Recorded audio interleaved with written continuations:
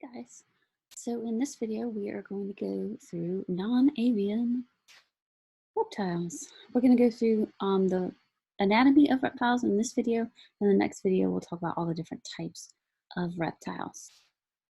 So as far as parts, before we were talking about amphibians, and now we are moving away from having to be attached to water like the amphibians are. They had thin skin, and with that thin skin they could use it for respiration. They needed water for reproduction. They all had to have water, whether they laid their eggs in the water or somehow they were like the tree frog and they put it in the bromeliad with a puddle of water. But they needed water, or even damp, muddy ground for like salamanders. They had to have water in some form for reproduction. Those were amphibians, and they had different life cycles where sometimes they live in the water, and then as adults they would be outside of the water in general. We are moving away from that. Reptiles are amniotes. So when we talk about amniotes, we're going to see a picture of the egg and the amniotic cavity. It's the same thing that we are. We're amniotes too, by the way. So we're going to talk about all of these traits of amniotes and reptiles and how they differ from amphibians. So we'll go through every single one of these. Fenestra, the amniotic egg, their thicker skin, how they're going to need a different type of respiration, their circulatory system, how they conserve water, and their senses. So the first thing on there was fenestra, and fenestra are going to be holes in the skull. And so not everything has holes in the skull. If you don't have something, you'll usually see that A prefix before it. So an anapsid is missing the holes. There's nothing here as far as a hole for muscle attachment. There's nothing there. So anapsids are without fenestra. Examples of these are turtles. Turtles are going to fall under reptiles, and recent genetic tests are showing that turtles or reptiles, they originally had the diapsid skull, and then they have evolved away from the fenestra, and now they look anapsid. But originally, common ancestor were these guys with the diapsid to hold fenestra. Ooh, excuse me, sorry. So our reptiles, which are going to include birds, are going to have two holes, so two holes. Mammals, this is us. We have one hole, we're synapsid. So we are going to have temporal bone goes back, and then we are going to have the jaw attached, and we have that hole there. So we have synapsid, we are synapsid skulls. Anapsid, again, don't have any fenestra, holes for muscle attachment. Here you can see the holes. There's one here, and there's a big one here. And these are their fenestra found on the temporal bone. Our temporal bone is over here. Fenestra on the alligator skull here. Amniotic eggs. So the amphibians, they had different types of eggs. They didn't have an amniotic membrane. So those guys were limited to having to be near water. Their eggs couldn't be near as large as amniotic eggs. They had a jelly-filled membrane instead of the amniotic membrane, and they couldn't transport oxygen like we can with these eggs. So these are going to enclose the embryo, who's in yellow, in this membrane. This is the amniotic membrane right here, and the embryo is inside. So it's just like ours. When a pregnant mom is ready to deliver and her water breaks, that's the amniotic membrane and the amniotic fluid coming out around baby. So amniotes, reptiles, birds, and mammals are going to have this trait of the amniotic egg. So the embryo is going to be closed in its amniotic fluid. This method is also going to allow for gas exchange. It's going to allow nutrients to be absorbed from the yolk into baby. We can take care of its wastes as well. So this is going to allow us to move away from the water. We will be carrying our water with us in the amnion surrounding the baby with that. It's going to limit our water loss because we're encased in this shell that goes around everything. We brought our food with us with this yolk that can nourish baby. And what it ends up with as faster and larger growth of our offspring. So there are many benefits to having an amniotic egg.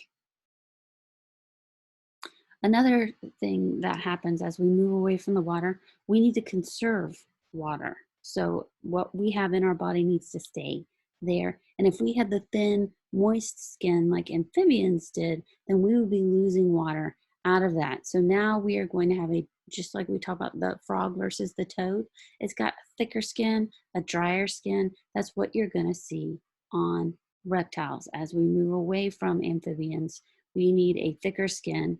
So we are going to have it keratinized, so that allows it to sort of kind of be waterproof. Keratin is the same things that you find in your fingernails. It's in your hair.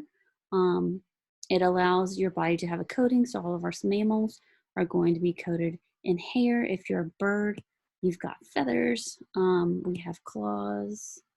That's all keratin, and that's going to help us provide a barrier to keep the water inside of us and not lose it.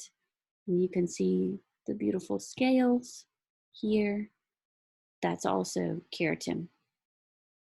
So the thicker skin is going to restrict our oxygen absorption. If we were an amphibian, remember we talked about they could gas exchange across their skin, but now that we've got thicker skin, we've got to amp up our respiratory system. We've got to make it more efficient and better. So here's our amphibian lung, and here is the reptile lung. Look at all of the branches and increased surface area going on in this amphibian lung, in this reptile lung versus the amphibian lung. We've got lots and lots of smaller areas compartmentalized that's going to increase surface area. Therefore, we can increase our oxygen absorption with this. So we had to step it up, moving away from thin-skinned amphibians and into reptiles, evolving into reptiles. Our respiratory system and how that compares, where it goes down, and we're going to hit pharynx, larynx, trachea, and it splits into the bronchioles and goes into the lungs, and we are going to have all of these branches throughout the lungs into the different lobes. We've got 2 lobes over here, and we've got 3 lobes over here. All of this is increased surface area, making lungs become more efficient. How do we get the air in and out? That's a good question. So before these guys, they would swallow the air, they would use their voice pouches and their muscular pharynx to bring the air in. And now we need to find a different way. So we are going to use our thoracic cavity, our chest cavity. You and I, when we inhale, we are going to, speaking of, can't think about it and not do it. When we inhale, the muscles around our ribs are going to contract. And when they contract, they bring the ribs out. Another muscle that contracts is your diaphragm that's going to contract, and it's going to pull down. So what that does is expand your chest cavity. And when your chest cavity expands, the pressure drops and the air flows in. And then when you exhale, relax those muscles, it causes pressure on the rib cage. It's just now getting smaller. That's going to increase pressure, and that air flows out of the body. So we are using muscles around the chest cavity, around the thoracic area, to bring air in and out. Other creatures that can't move the ribs, like turtles, for instance, they may use the muscles around their guts. Like we have the diaphragm, they may pull down their liver and other muscles that will still do the same thing, that will pull down the area, cause a decrease in pressure, and the air goes in. So since we changed this up, the method of breathing, instead of always being able to supplement our skin, and we are more efficient now with our breathing, that probably changed up our ability to move about. So our increase in movement probably was aided by this change in musculature for breathing. Another way that they can get air, sea snakes, they have lungs, so they'll go up to the surface and they'll take a gulp of air and then they'll come back down.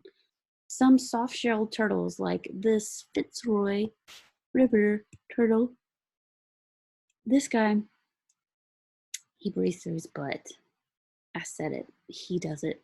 So his cloaca, which is the everything hole, it's for reproduction, it's for getting rid of wastes. So it will relax those muscles. Water goes into the cloaca. And then in the cloaca, they are going to have all of these little bursa in here, and these fimbriae are lining this passageway. And they're highly vascular, so they can pull the oxygen out. And this is another way for them to achieve respiration, get oxygen to the tissues through the cloaca. So soft-shelled turtles, they're down in the river bottom, they're able to breathe with their butts.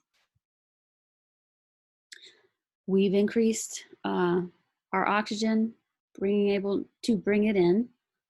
We need to be able to get that oxygen to all of the body parts.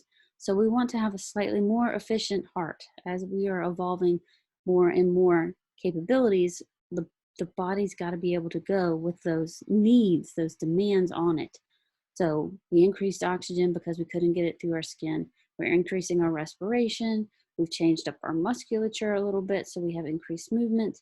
We also need to change the heart a little bit. In fish, we just had the 2 chambers. In amphibians, we had 3 chambers, but it didn't quite cut off at all. It was an atrium and an atrium, and this kind of like ventricle that was really pretty much shared in the ventricle. Now we are going to have 3 chambered hearts. And so we've got our turtle, snakes, lizards here. And so we've got an atrium and an atrium, one of the right atrium, the left atrium. And then down here is almost, but not quite. So we're gonna have a right ventricle and a left ventricle, but it's not a full chamber because this septum, this dividing wall, isn't breaking it off all the way. There is still flow back and forth on here, so that oxygenated blood is still mixing with deoxygenated blood in a 3-chambered heart that most reptiles have. Exceptions are the crocodiles.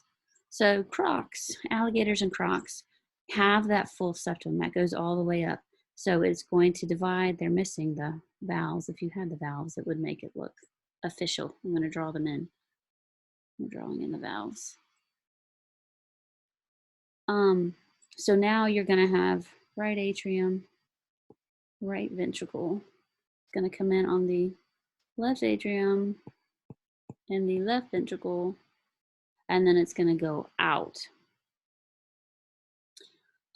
So this is 4 chambers officially for crocs and alligators. And these, everybody else in the reptile group is going to have 3 chambers. So this allows us to be more efficient than our amphibians.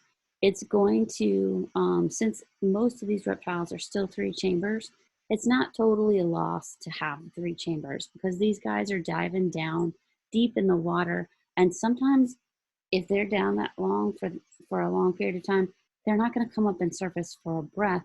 So they'll just bypass the lungs during that point and continue on. So it's okay to have that hole between the septums for these guys since they're bypassing the lungs for minutes at a time and they don't need them. They'll just shunt the blood around the lungs. So it's kind of like what we do when we're in utero. We have shunts that bypass the lungs too. So they do this permanently, where ours will change up once we're born when we do start using the lungs. But these bypass the lungs while they are diving deep down underwater. Another thing, since the heart is more efficient for these guys, it's going to allow for higher blood pressure. So the heart is going to squeeze down harder than the amphibian's heart, and the vasculature where the blood is running through is going to be under higher pressure than the amphibians. So this allows us more capabilities than we had before. Another thing that we need to take care of is our nitrogenous waste. Fish are going to have ammonia, and so ammonia is toxic. You don't want this in your body. So the fish are able to bring in water and dilute that ammonia and then urinate that stuff out. But the reptiles and mammals, they have to change it into something else. So we are going to change it into a substance called urea, and that's going to, the uric acid cycle is going to happen in the liver, and then we're going to concentrate the urea in the kidneys and get that out in our urine. These guys, reptiles and birds, are going to use uric acid. So it's going to be highly concentrated. If anybody has seen waste from a bird poop, you know that there's not a lot of liquid in there. It's very concentrated with uric acid. Another thing that they'll have to do, since again, we're not surrounded by water all the time, we are a reptile, we need to make sure that the water that we have is conserved, that if we bring in salt water, which is fine because we need water, but we also have to have a way to get that water out of their bodies. So a lot of reptiles have salt glands. So if you watch the video, you'll be able to see these marine iguanas in action. So the marine iguanas are always feeding on these algae on the rocks on the sea shore of like the Galapagos Islands. And when they do, they're ingesting salt water all the time, but they need to get those salts out of the body. And so they have salt glands. There are some birds that also have salt glands to get the salt out of their body. As we have moved out of the water and onto the land, reptiles and birds are going to have excellent vision. We'll talk about birds and their vision processing. It's great. It's better than ours, by the way. They are going to have reduced olfactory, though. They can't smell as well. But they are able to, if we compare our fish cerebellum with our reptile cerebellum, the reptile cerebellum and its cerebrum